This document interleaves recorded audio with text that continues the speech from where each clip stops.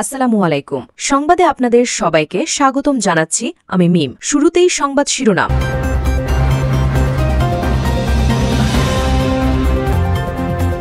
ইসরায়েলের অস্ত্রের চালান আটকে দিল ইতালির বন্দর। ফ্রান্সে বিক্ষোভ সংঘর্ষ, গ্রেফতার ১৮১। বাগরাম বিমানঘাটি নিয়ে আবারও আফগানিস্তান দখলের পরিকল্পনা যুক্তরাষ্ট্রের। জানা গেল নেপালের ক্ষমতাচ্যুত প্রধানমন্ত্রীর অবস্থান। দর্শক, এতক্ষণ শুনছিলেন সংবাদের শিরোনাম, এখন বিস্তারিত। ইসরায়েলের অস্ত্রের চালান আটকে দিল ইতালির বন্দর। ইতালির রাভেনা বন্দর বৃহস্পতিবার ইসরায়েলের উদ্দেশ্যে পাঠানো দুটি অস্ত্রবাহী ট্রাকের প্রবেশ আটকে দিয়েছে। গাজায় চলমান হামলার প্রতিবাদে বন্দর শ্রমিক ও শ্রমিক সংগঠনগুলোর বিক্ষোভের ফলে এ পদক্ষেপ নেওয়া হল। রাভেনার মধ্য বামপন্থী মেয়র আলেসান্দ্রো বারাত্তনে সাংবাদিকদের জানান, আঞ্চলিক সরকারের সঙ্গে আলোচনার পর বন্দর কর্তৃপক্ষকে তিনি অনুরোধ করেছিলেন যাতে বিস্ফোরক বহনকারী ট্রাক দুটি ইসরায়েলের হাইফা বন্দরের পথে যেতে না পারে।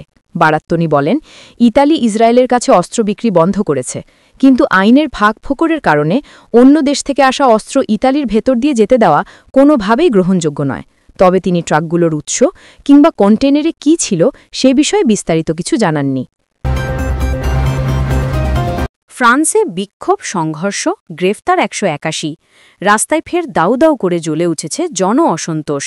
সরকারের প্রস্তাবিত ৪৩.৮ বিলিয়ন ইউরো বাজেট কাটছাট ও জনসেবা খাতে ব্যয়ের সংকোচনের বিরুদ্ধে বৃহস্পতিবার দেশজুড়ে লাখো মানুষ রাস্তায় নামলে উত্তেজনা ছড়িয়ে পড়েছে। রাজধানী প্যারিসসহ লিও, নন্তে, মার্সেই ও বোর্দোর মতো বড় শহরগুলো বিক্ষোভে কেঁপে উঠেছে। শ্রমিক ইউনিয়ন সিজিটি দাবি করেছে দেশজুড়ে ১০ লাখেরও বেশি মানুষ বৃহস্পতিবারের আন্দোলনে অংশ নিয়েছে। তবে স্বরাষ্ট্রমন্ত্রীর হিসাবে এই সংখ্যা প্রায় ৫ লাখের কাছাকাছি। শান্তিপূর্ণ মিছিলের পাশাপাশি কয়েকটি স্থানে উত্তেজনা ছড়িয়ে পড়ে। প্যারিসে পুলিশের সঙ্গে সংঘর্ষে জড়িয়ে পড়ে বিক্ষোভকারীদের একটি অংশ। টিয়র গ্যাস ও স্টান গ্রেনেড ছুড়ে পরিস্থিতি নিয়ন্ত্রণে আনার চেষ্টা করে দাঙ্গা পুলিশ। দেশজুড়ে ১৮১ জনকে গ্রেফতার করা হয়েছে, যার মধ্যে ৩১ জন প্যারিস থেকে। লিও শহরের সংঘর্ষে অন্তত ২ জন আহত হয়েছেন। পুলিশের ১১ সদস্য হালকা আহত হওয়ার খবর পাওয়া গেছে। বাগরাম বিমানঘাটি নিয়ে আবারও আফগানিস্তান দখলের পরিকল্পনা যুক্তরাষ্ট্রের। আফগানিস্তানের বাগরাম বিমানঘাটি পুনর্দখলের ইচ্ছা প্রকাশ করেছেন যুক্তরাষ্ট্রের প্রেসিডেন্ট ডোনাল্ড ট্রাম্প। তবে এই পদক্ষেপ নতুন করে আফগান আগ্রাসনের মতো দেখাতে পারে বলে আশঙ্কা করছেন বর্তমান ও সাবেক মার্কিন কর্মকর্তারা। তাদের মতে, ঘাঁটি পুনর্দখলে অন্তত ১০,০০০-এর বেশি সেনা মোতায়েন ও উন্নত বিমান প্রতিরক্ষা ব্যবস্থা স্থাপন করতে হবে। লন্ডনে এক সফরে সাংবাদিকদের সঙ্গে আলাপকালে ট্রাম্প বলেন, আমরা সেই ঘাঁটি আবার চাই। তিনি দাবি করেন, চীনের কাছাকাছি অবস্থানেই ঘাঁটিটি হওয়ায় এটি যুক্তরাষ্ট্রের জন্য কৌশলগতভাবে গুরুত্বপূর্ণ। ওটা চীনের পারমাণবিক অস্ত্র তৈরির জায়গার মাত্র ১ ঘণ্টার দূরত্বে, মন্তব্য করেন ট্রাম্প। জানা গেল নেপালের ক্ষমতাচ্যুত প্রধানমন্ত্রীর অবস্থান।